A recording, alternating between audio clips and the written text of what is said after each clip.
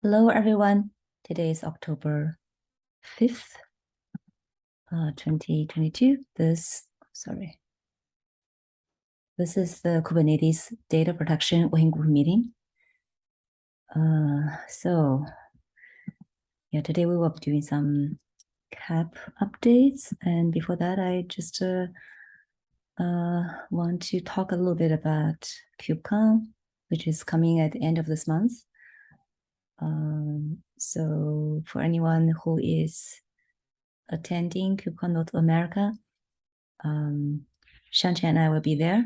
We have this data protection working group session on Wednesday.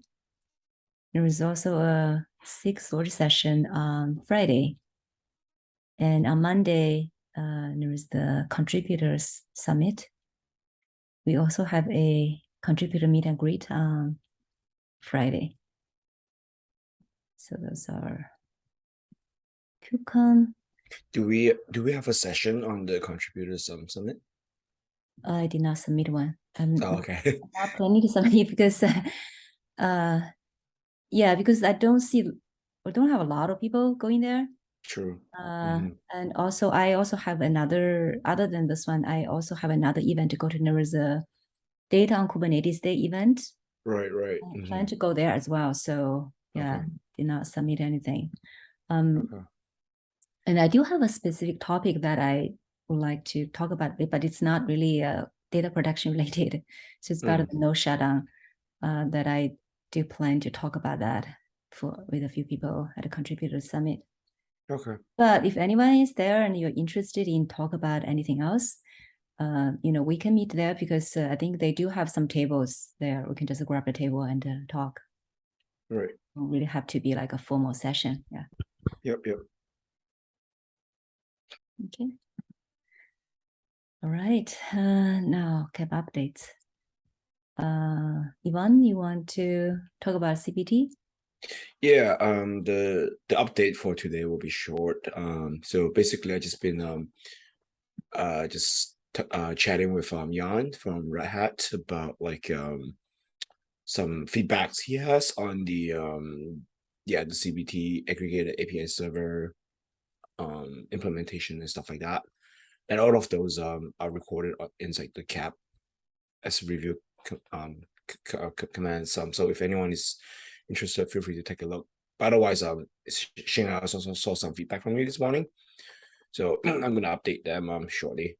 So I think that's pretty much it. Otherwise, I'm still waiting for the PRR folks to review the PRR section. So I pinged them Did they review it? Did they review it, this release? I mean, for this release? Not yet for 1.26. For 1.25, I remember there was some comments there. Yeah, I pinged John already. Okay. I don't know if he will get to it, so maybe I can send him a reminder. Right. Normally they would like to see SIG look good to me before they can, but they can still review it, I think. Yeah. At one point he told me he will get he'll put it on his list. So I mean, for what it's worth, I can just update all the changes you and Jan provided first, and then I'll ping him.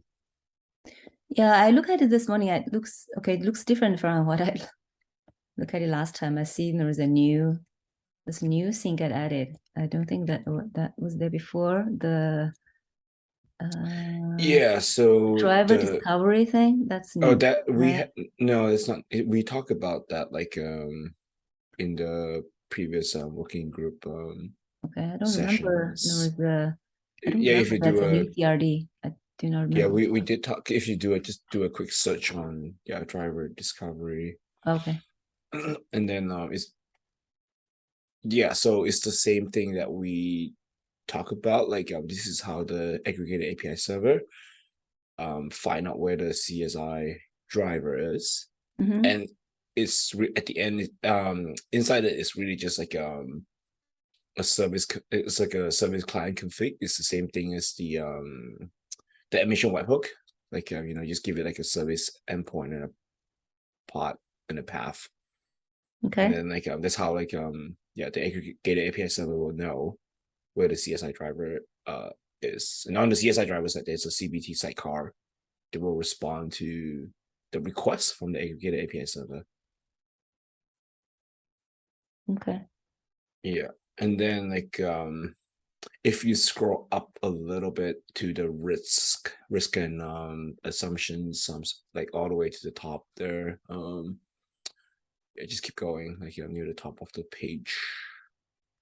Keep going. Here? Yeah, right here. Yeah. Okay. So like so this part is relatively newish. It's just like you know, I don't know if we need to implement all of these for alpha. Basically, it's just ways to protect both the Kubernetes API server and the aggregated API server, because potentially the response payload that comes back from the backend storage provider can be huge, right?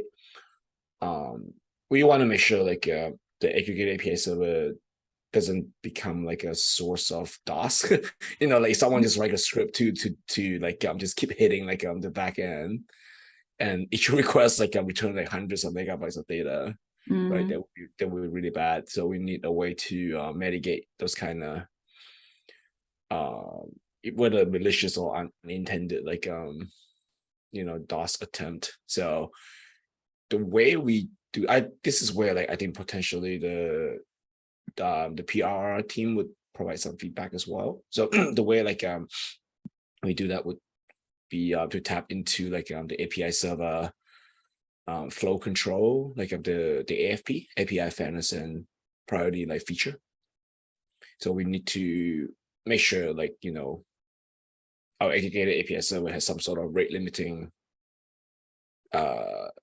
feature using the Kubernetes AFP thing to protect ourselves from DOS or DDoS for that matter. And then like you know, and then the connection, the latency between the Kubernetes API server and our aggregated API server needs to be mitigated as well.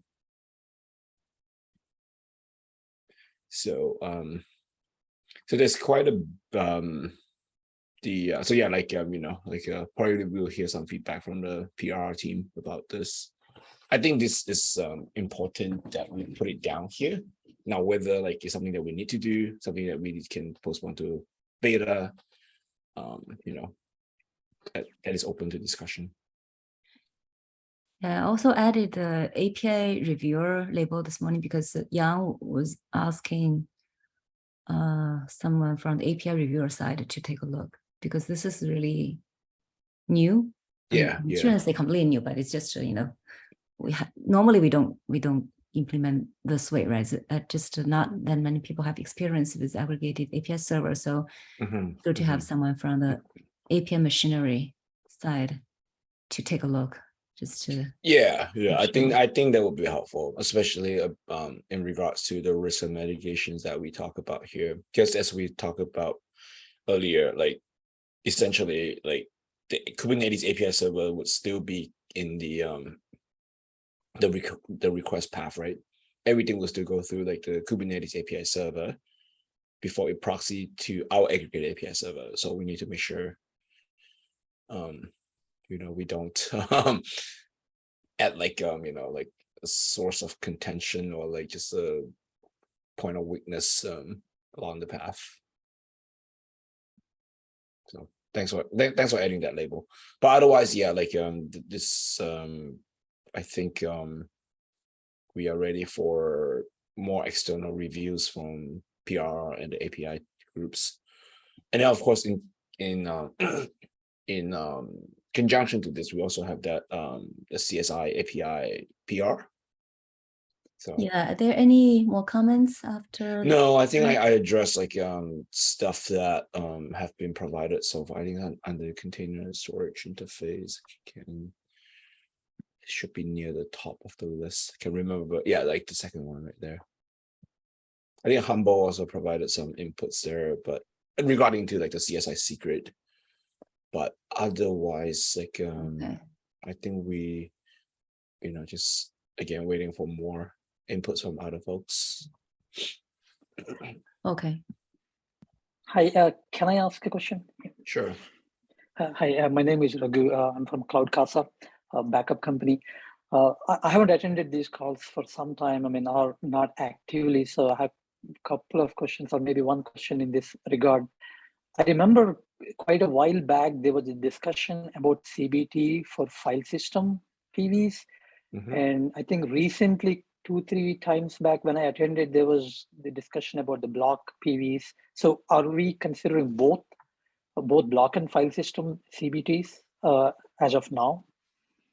For the purpose of this particular cap, no, it's just block, but change files is definitely on the list. I guess if anything, like the goal is to make sure whatever we do here in some way, shape, or form can be helpful and be reused for change file, at least at the API level. So just to confirm, so this is block storage. If PVs can still be file system, right? Or block. The one we are working on, right? This one is block, just block volumes. Yeah. Oh, just block volumes. Yeah, and hence we're talking about CBT, right? We're not really talking about change file list. I think for no, I meant block storage, but the PVs can still be file system PVs, right? Yes. So it has to be block at the the lower layer has to be block, but on top it can be either raw block mode or file system mode. It can be exposed to containers as a file systems. Right.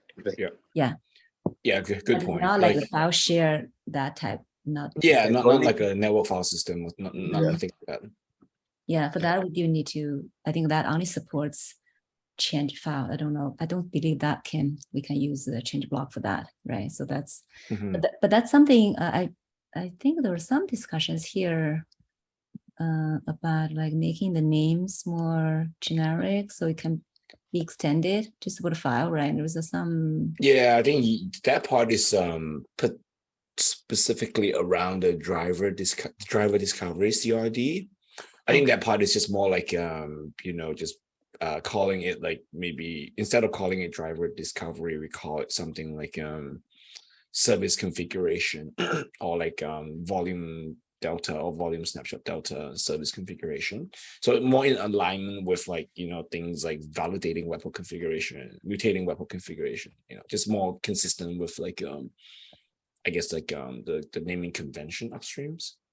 I think I've seen Yang has a suggestion calling it like if you do snapshot something. right here. Right. So he says, okay, so driver discovery, we call it volume snapshot delta service configuration. Yeah, I think that's probably better. Let's see. Good. Right. Yeah, so this one, if we call it like something like this, then it's for both. Right. Okay. Yeah, then we can reuse it for it's covering both the change file and change block endpoints. This is the weird. The name is kind of weird. It was like this is probably better. Unless if we think this can be extended to do something more than just a snapshot. I mean that's the only reason we want to call this. We don't want to say snapshot here.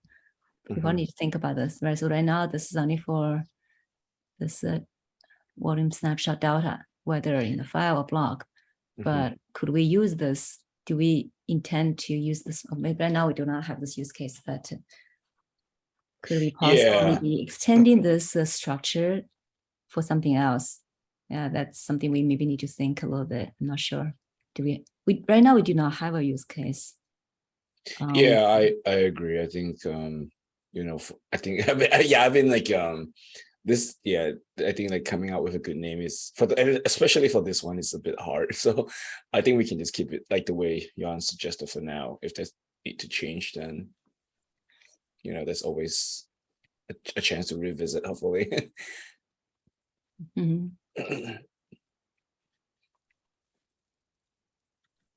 Right. Okay. Yep, I think that's basically it from the CBT cap perspective. Any questions so far? So this particular CRD will be already somewhere in Kubernetes CSI, I guess, will be part of that. Will be CRD will be there. Yeah, it would be part of CSI. Well, CSI, that's the gRPC interfaces, right? But the CRD will be part of Kubernetes CSI, I guess. Do you mean along with volume snapshot CRDs? Right. Maybe I don't know if it should be there or if it either should be like a separate repo, maybe. I don't know. We can think about that later, but it's like should be somewhere under Kubernetes CSI, should be one of those sidecar repos. Or maybe I think have like a different repo under that org. I would think like this need to stay with the aggregated API server source code wherever we're gonna Delta thing that you have there are two, and there's this one and there's another one, right? Yeah, the volume snapshot Delta. This one also needs to be somewhere, right? So this is the not RPC. This one. What's the other one? This one? Yep, it's up there. Yep, right. Yep. If you keep scrolling. Right. Up. So one is snapshot Delta, right? There's one snapshot Delta and there's a discovery. So two of those probably should be together somewhere. Yeah. Either part of a snapshot repo or could be a separate one. We can talk about that later. Okay. I think if this is all under like the snapshot feature, maybe you can go into the same repo as the external. Right. The only thing is I was just thinking about like the snapshot. You go in there, that's that particular one is already that's a GA. So basically this one, I'm thinking it might be easier actually to have a separate repo for this one. It's just because the way the code is structured right now, it's getting confusing. If you look at this one. Yeah. Yeah. Because we build the client and the server separately. Mm-hmm. So if you look at this one right now, there's a sidecar and this right? one. This actually is like I think it's under this is actually like V6. So it's actually like a V6. So if we add in this one, it may be confusing, how to, when we let's say when we have this client package. Yeah. Yeah, I think it might be confusing. It's a quick comment. Right, you see this one. This is a client. This is a V6, right? So this might be confusing if we add it here. So, but we can talk about that later. We don't have to get this one. Yep, sounds good. Out here. Yeah, go ahead. You have some question? Yeah, just quick feedback. I think in the long run, it would be better if they're all together because even today, snapshot CRDs being outside Kubernetes, there is always some confusion, right? Because you have to install the CRDs and external snapshot separately. And we, as a backup company, we frequently run into this problem because a lot of people don't properly install it, and we issue the volume snapshot call, and it results in problems. It doesn't reconcile, and it just times out. And after some time, we need to figure out that there's some issue with external snapshot. But even if the CRD is installed, you still have the problem with the snapshot controller, right? But that's also right. We do. Right. That is true. That right. Is true. So I think this is like a more SIG architecture problem that we have brought up because because they don't want to include this one as a core API. So this is CRD. I think that's all right. I don't think this is going to change. It's going to stay as CRD. It's just I completely understand. Yeah. Definitely. That was to be another question. So this is still external, right? The volume snapshot, even though the feature is GA, it doesn't mean that the CRDs are installed with the stock Kubernetes. No, it will not go in there. Yeah. Right. Because this is the trend, right? Basically, more CRD swap, as long as it works. Unless if you can prove that, there's no way this can work. Anyway, this works. It has to be entry. Then you have no, it works. It works. Yeah. So that's the thing. I'm just saying so that SIG architecture is not going to accept this one to move back, right? Because the Kubernetes is getting so big, so they want to move things out. Or if possible, they also want to move persistent volumes out. But it's kind of too late for that. I think that was exactly like when a few years back when we first brought this up in SIG architecture.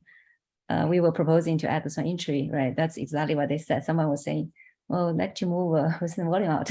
But I think that ship has already save it. I don't think that will Yeah, change. But this one, yeah, I think but we definitely should have a better way, right? We probably should bring this up again just to I mean, it'll be nice. But they're but not no, they're not going to move this back, but they should have like some other ways. True. Think about how do we make sure, all the distros include this. It's basically the distros need to include this when they install. Right. I think at this point, the CSA is so standard that, expecting people to, do a separate install is not good. But anyway, I don't think this will change. I'm okay with that. But what I was about to say is, with the introduction of these new CRDs, we are talking about like volume snapshot, delta, and things like that.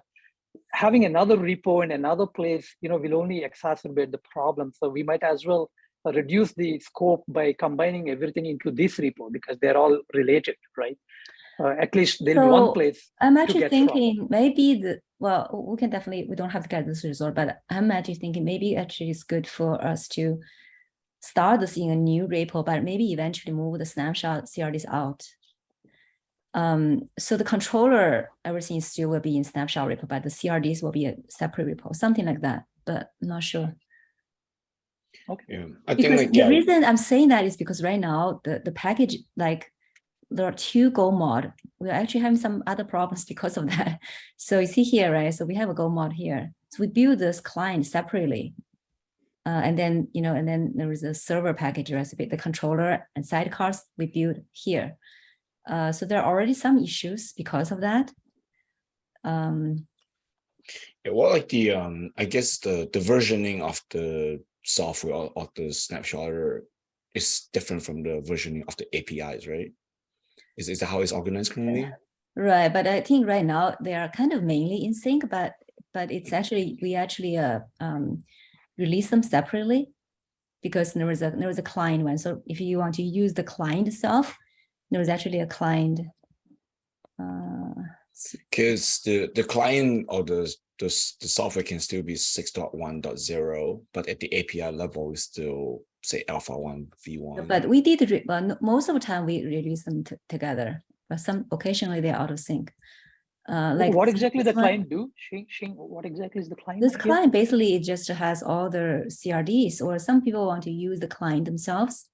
Like if you look at what is in the client, right? If you look at this client.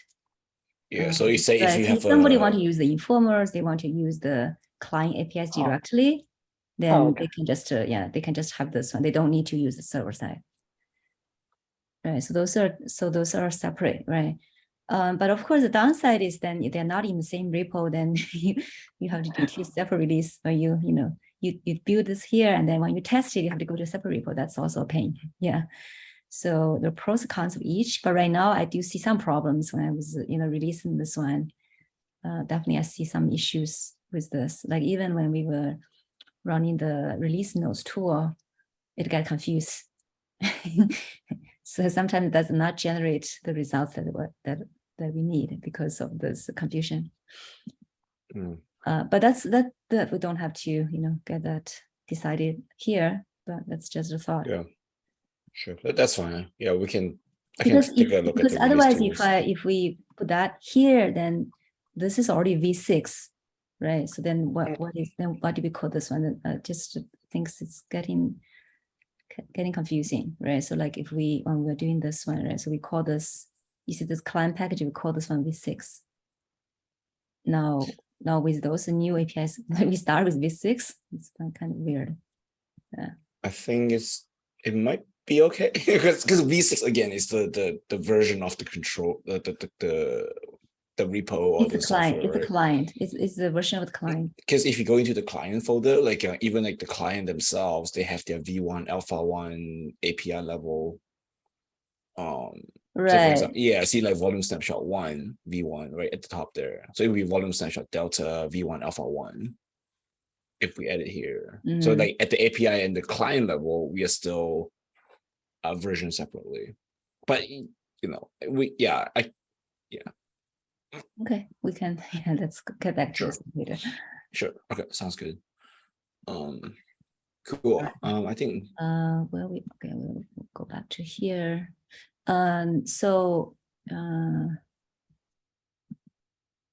Is that Raghu? So are you guys more interested in the change file?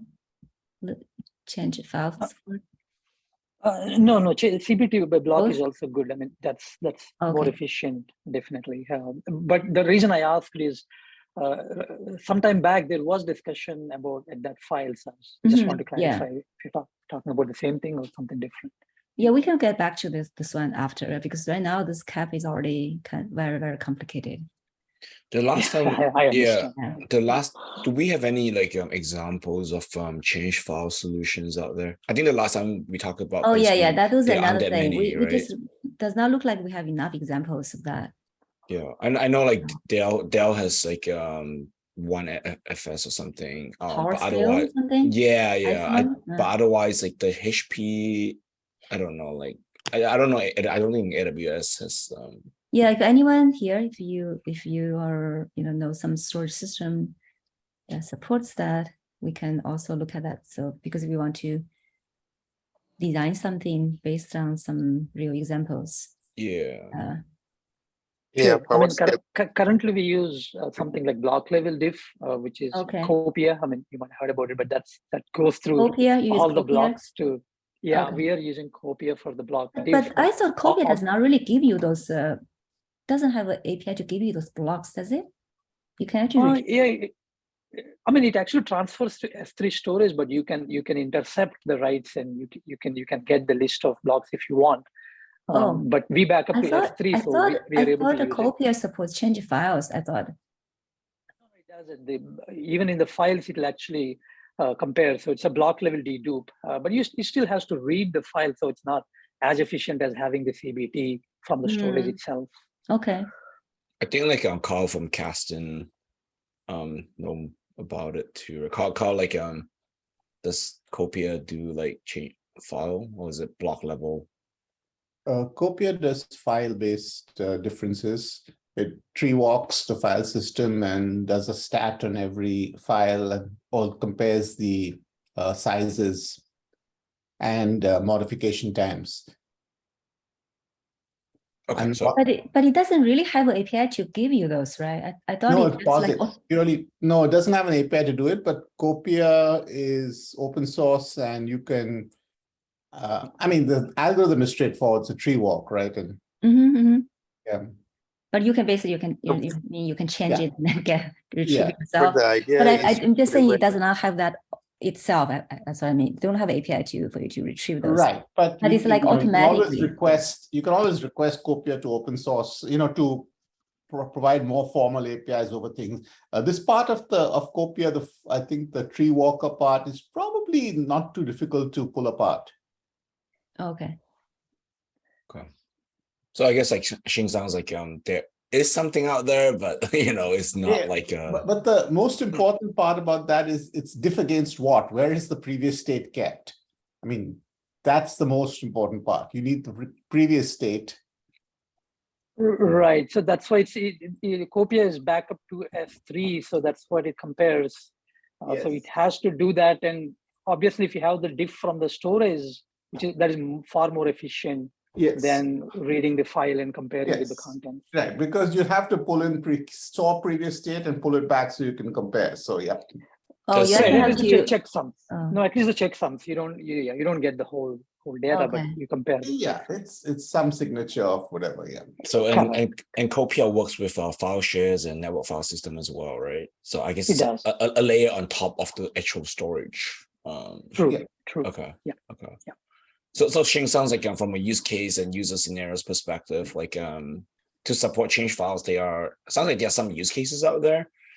But maybe like I thought someone just have to spend time. We would like to see what are the APIs, because we want to see, if we design something, it can be used. It's not like, we know that Copia probably has this use case, but we also want to see like how does the API look like, right? That's what we can see from the power scale is one example we can look at, but and so far we have more examples just to see how the API look like. Yeah, so far the only concrete API we have was the one that Fang showed a while ago from Dell. I don't know if I can't remember. Maybe AWS EFS might have it, but I haven't looked too deep into it. So, but anyways, yeah, we can do some research there. To see what's The out there. one that you tested with the, you know, the, what is that, the EBS? EBS, yeah. EBS. All right. Okay. I see. Yeah. Okay. Okay. Anything else? I have one question, but may not be directly related to this cap. So if discussion no about this problem. cap is done, Go ahead. okay. Again, this is going back to some old discussion. I remember there was a cap about, you know, execution inside a pod, some kind of standardization. Anything happened with that? No, that's stale because there are some concerns from both SIG node and the API machinery side. So Shangqing and I, we have not really got a, like, basically we need to come up with some reason and then go back to them and then, you know, try to persuade them to just have not get to that point. It's there are some concerns. So right now it's stuck. So that's the that's the it is. Yeah. Again, I'm asking from the point of view of if you want to freeze the application, right? Freeze and unfreeze. Yeah. So right now you just have to do it, but you probably just use the exact sub-resource directly, right? So it's probably right now that's the way until, you know, if we can move forward with that one. Yeah. Right. That's how we do now. But I just okay. Yeah. Unfortunately, it's it's mainly, I think it's mainly SIG node side. They are concerned at you know, if we add some big change like this to SIG node, we're going to make their code base unstable or something, right? So just have to have reason to say, hey, so will not cause problem. But of course, if you add new code, always could cause instability. So that's and also there are some API side concerns. Yeah, there is a security, I think, right? Yeah, I remember from the security point of view. Yeah. Yeah. So yeah. Okay. Yep. Thanks. Yeah, so right now I think there are a couple of caps we're trying to move forward. There are actually, you know, still a lot of things that we want to move forward, right? CPT is a big one, and there's also the volume group one. That are there any more questions about CPT cap? If not, maybe I just moved so that I'll just say there are like a few of those we are actually trying to move forward in 1.26 release. One group, right? Yeah, that's one. This is my cap. So this one has been there for quite some time. I just want to make some progress, but I think we need with this one still need reviews, actually. Still need the API review. And also I have a PR in the container storage interface, the CSI spec repo that's also need more review, right? So this one's still pending. Hopefully we can make some progress. Yeah, that's this one. And then the next one is volume mode conversion. This is the, you know, the security issue with regard to if you change the volume mode from file system mode to raw block mode, then you can retrieve the change blocks. Then there's some security concerns, right? So that's why we have this feature. So right now, this feature is already alpha. So we're trying to move this to beta. And then we, of course, we hope, you know, backup vendors actually leverage this feature. Now, this will be needed, right, Xing? Once, I'm sorry? I mean, to support, I mean, once we have CBT to leverage that CBT to backup recover file system fees, we will need this conversion. Right. Right. Even like, do you guys do this today even without the CBT? Like when you create a PVC from a volume snapshot, do you also try to change the mode? No, we don't change it. Oh, yeah, you don't? We don't. Okay, you just basically use the original files, right? Original mode. Okay, but yeah, I mean, like unless like for FCD is different, but yeah, like once we have CBT, then it makes sense, right? We can change the mode. Oh, I see. So you're thinking this might be dependent on CBT. Okay. Yeah, Got it. so Xing, I have plans to change mode for restoring a CBT in an infrastructure which doesn't support CBT directly. You pull you pull block data from from the repo and restore it in a cluster which doesn't support block mode. Yeah. How do you do it? You'll have to do it as raw block, but maybe the application you're restoring was actually using file system mode in the PVC. So you have to then transform that PV-PVC pair into another PV-PVC pair with file system mode. So that conversion is critical. But do you do that already today? Do the conversion already? No, I don't have the support yet. This is in the roadmap. Okay. But it is critical. Otherwise, there's no way you could restore. Right. So this is basically like a security thing, right? Just to make sure that it's not exploited by malicious users. This feature, this particular thing. Basically, now it actually tells you in the volume snapshot content that tells you what is the original mode. So you can actually compare. Yeah. Okay. As long as it doesn't stop us from doing it in backup software, it's all right. No, it does not stop you. It's just make it more secure. Because of the backward compatibility, we cannot really force you to, yeah. I mean, indirectly, this gives blessing, right? That is allowed. Right. So basically, if you don't use this one, I mean, you can still go the way it is before, but then we just, tell you that you could have some problems, right? So it's if you really need to convert it, then you should actually use this feature just to make sure it is allowed. Yeah. So sorry, Xing, is that part of the core Kubernetes API, the volume mode conversion, or is that part of CSI? This is still CSI, right? This is still, this is basically. So it's not the PV. It's not the going PVC, to be in the external provisioner and snapshot. Oh, okay, got it. Okay, so it's not at the PVC kubelet. Not in core. Okay. No, Okay. not in core. Got it. Right. So this one basically we're trying to move this one to beta. So there are some. I think there was one question remaining for the for PRR review. Basically, it's just a question about the metrics. Other than that, I think the other thing is the E2E test. So I'm actually not sure if we can get that in before tomorrow. So there must be some questions on because for this test, for the E2E test, we're going to add E2E test auto tree. So Yvonne, that's another comment that I added on your cap because the CVT feature is completely auto tree. So E2E test, I would suggest that one to be added auto tree, same as this one.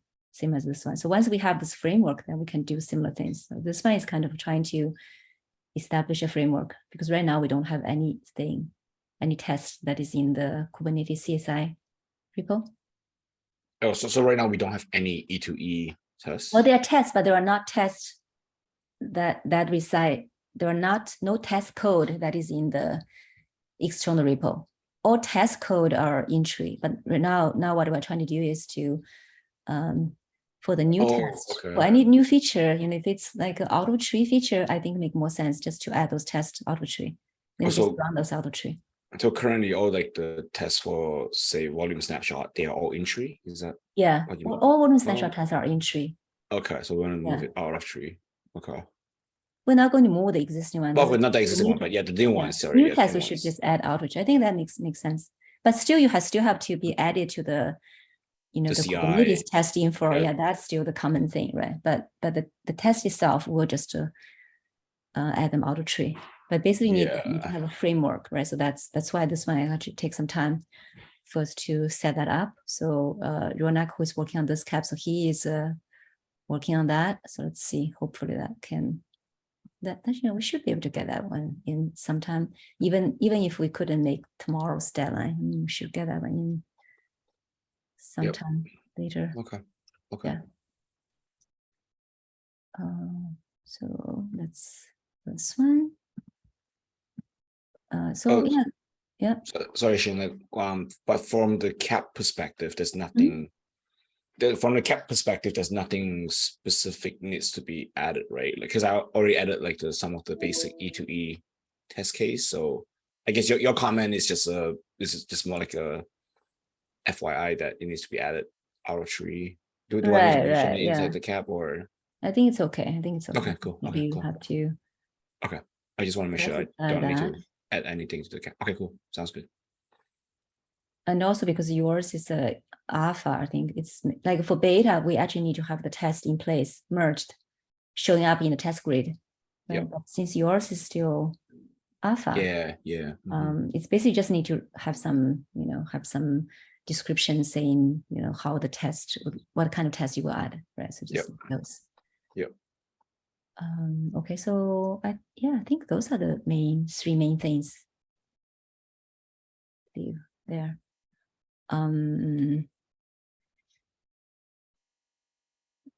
Anything else you guys want to discuss today? Oh, so for those who joined late, we actually talked about KubeCon. So there was a contributor summit on Monday at KubeCon. There was also a contributor meet and greet on Friday. And also the data production working group has a session on Wednesday. SIG Storage has a session on Friday. So I just have those information here. If you guys are interested. Where is that meet and greet? Meet and greet. I can put the information here. I will find that. Yeah. So I think that this should be like for anyone. If you are in there, you should be able to go there. But for contributor summit, you actually have to register. And also you need to be like Kubernetes org member. If you are not, you still want to be there, I can sponsor you. Just when you fill out that form, you just put me as your sponsor. That's the contributor summit. But for me, the contributors meet and greet, this is for anyone. So this one should be fine. Anyone should be able to go there. And then also the sessions, right? Anyone can go to those sessions. I have a question. Is the SIG Storage session different from what I heard was the SIG Storage meet and greet? Is there a meet and greet? Different. Yeah, that meet and greet. Okay, so this is basically just more for the new people if they are, they want to know what is SIG Storage. They want to meet some people there, right? So, so there will be I will be there.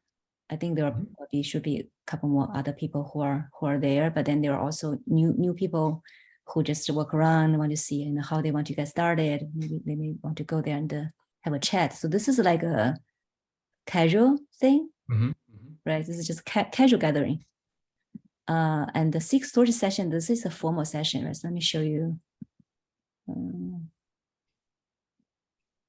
Right, so this is, if you go here, if you click that link, it will show you.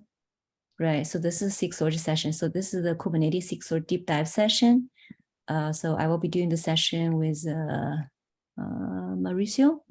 So this basically we basically just give an update of what SIG Storage is doing in 1.25 and 1.26 release. Mauricio is going to give a deep dive on CSI Windows. Awesome. Yes, this is like a presentation. Yeah.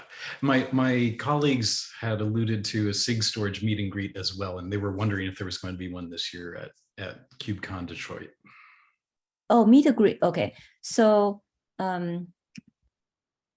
so meet and greet is this one. Okay, were they okay, when did they go? It was the last previous years. So yeah, I don't know exactly. Is that in Valencia? Or, okay, I guess my question is, I wonder. So this contributor meet and greet, this is for every SIG if they have. That's everything overall. Yeah. Okay. Yeah. So every SIG, if they have any representative, they want to be there to meet people, they can sign up, right? So I have already signed up, so I will be there. Okay. So yeah. So that effectively works for it. Okay, got it. Okay, I will put I will put the location here as well. So there's a location. Okay. Well, actually, I don't know if they have added the location, but anyway, when that's available, I will put that there. And also, this should also be in the agenda. I think when analyzed, it should be there. Yeah. I'm with you. So okay. It suffices. Okay. And also, I think last time in Valencia, which is in KubeCon Europe, last time, right? So I couldn't go because I got COVID. I canceled it. But we actually had we actually had a SIG Storage session just in here. Like we have like a 1 hour thing. We basically requested a table. We have 1 hour there. Yes. So I did not go there. So Yang was there. So he was there. I didn't request it this time because just there's still not that many people attending. So I did not. Right. request And you it. have your SIG storage session, right? And Yeah, and we get also your- have, yeah, we Okay, have it all secret makes sense now. session. We have this one. I think it's sufficient. So, and this is more like a, so they will have some, I think people can submit session proposals for this one as well. I think I did not submit because I actually have to, and there is a data on Kubernetes day. I have a panel there. I need to go there as well. So I didn't submit this one, but I will be here in the morning. Okay. I'll be there in the afternoon. I probably will go to this other place. But there are some tables there, right? So if people are there, they want to meet there, we can still chat. So it's just not like, we don't have like a sign saying 6:30, but it's more like a on conference, right? We can still do that. Yeah. If anyone want to be here, want to chat, we can still do that. But this one definitely, we will have a sign saying this is SIG storage. Perfect. If you want to see other SIG, they will be there as well. That's this Perfect. one. Thank you. Okay. So you will be there? Yeah. Oh, cool. Okay. So come to this one also. I think this actually happens before the 6:30 session. So this one's 12:30 Mhm. p.m. Eastern time, and then 6:30 session starts at 2. Okay. At 2 p.m. Eastern time. Yeah. And Great. data protection, this is on Wednesday. The session is on Wednesday. Yeah. Perfect. I'll follow up on all this. That answers all my questions. Thank you. Okay, great. So Xing, I send you the recording for the CBT update for the Oh, great. Yeah, working group I session. will include that in the 6:30 session. Yeah. Oh no, actually not the- 6:30. yeah, Sorry. the Data protection the working working group. Yeah, just Yeah, take a look to make sure the file is working on your computer. Oh, or okay. something. Sure. I'll Yeah, take a look. I Okay. recorded it on a Linux laptop. I just want to make sure, like, it is the right. Oh, hope that should be the same, right? Yeah, it should be all right itself. Just in case. I will check. I said, let me. Okay, I will cool. play that and let you know. Okay. Cool. Okay. And okay. Anything else? Right Nope. then, you have a few minutes back. Thanks, Right, everyone. Thanks everybody. Bye. Bye. Thank you. Bye. Thank you. Bye.